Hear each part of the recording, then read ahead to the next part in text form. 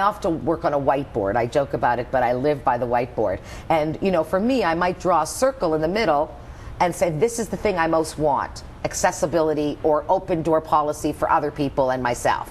If it's that, you're going to have a different offshoot of ideas than if it's revenge.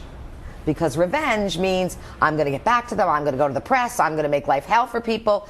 That's not something I support, because I found it, again, it takes a great deal out of everyone and no one moves forward. But again, if it's that productivity, then your anger in check and a game plan that makes a lot of sense. First of all, understanding what you're trying to get out of it, ensuring that you have the right people on side, considering who would be a person or a letter that would affect the people that you're trying to advocate with. Because, for instance, with doctors, you might want a letter from another doctor or a specialist. You know, there's a lot of those. Whereas in the case of a team, you might want to have, like I said, an Olympian athlete talk about it, and so on. I mean, it really is, who am I advocating to and who will they listen to? Okay. At this stage, we've pretty much determined you're not going to be their source of decision. They've let you know your word will not change them at this time. So it's who will.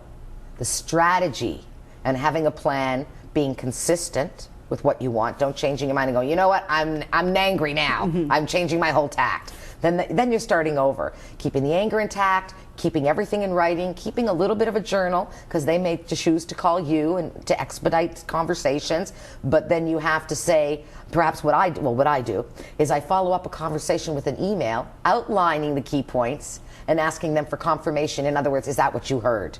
The beauty of that is twofold. One, you do make sure you're on the same line, which I think is often doesn't happen, even though we think everyone's saying the same thing. It's a little bit of babble, you know, we're all talking, but it's somehow coming different languages.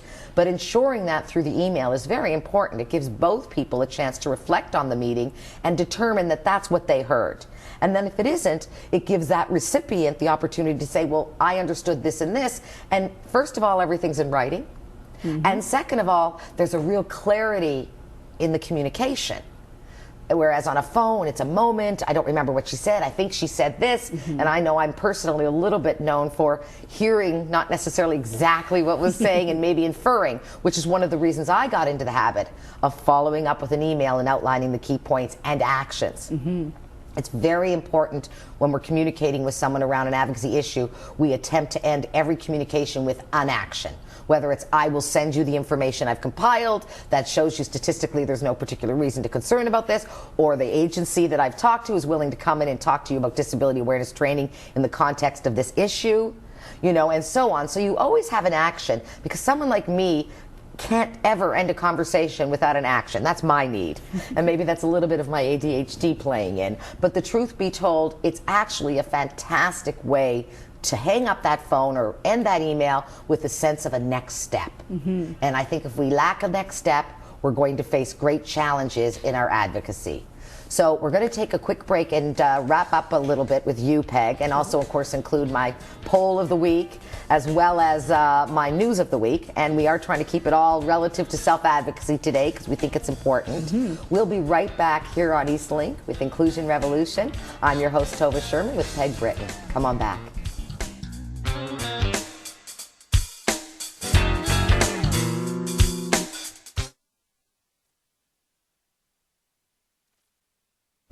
Welcome back to Inclusion Revolution and our discussion on self-advocacy today. We're continuing along with Peg Britton, who has some interesting questions about how to be a successful self-advocate, and I hope that all of our listeners and viewers are enjoying this information and able to apply it to something they need to advocate on.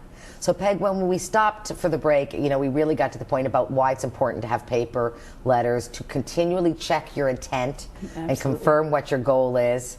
So let's presume we've done all these great things. They want to have a sit-down meeting. I often recommend that you do not go alone. Even though the term self-advocacy is about self, I think there are periods throughout this process where a smart self-advocate will call on resources that are appropriate. For instance, you want to talk to them about perhaps the opportunity to do disability awareness training so their staff understands better how to include and when not to exclude for instance, persons with disabilities, as you know, there's opportunities to bring that to the table as well. I'm also really interested in, if you were to go to a table sitting, that you might take someone from, for instance, an agency that understands either physical disability and can dialogue on those issues. Very tough to get a medical expert, but boy, would that be snazzy. But try getting one.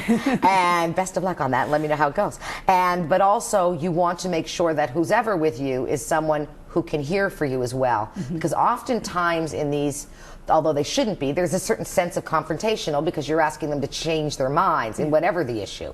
With that feeling in mind, it's important for any self-advocate to have the opportunity to just really focus on what they're hearing and responding, and having a second person there to kind of hear as well. I also, of course, recommend this with doctors. When we get, they call us in and we're a little nervous, it's good to have another person's set of ears. Now, you do not want to show up with an entourage, like some rock star, because that also can create some animosity. Yeah. And oftentimes it can go both ways. I walked into a meeting where I thought I was meeting one person and 7 people showed up. The irony is, of course, I thought they were underrepresented, and I felt bad for them, but that's another story.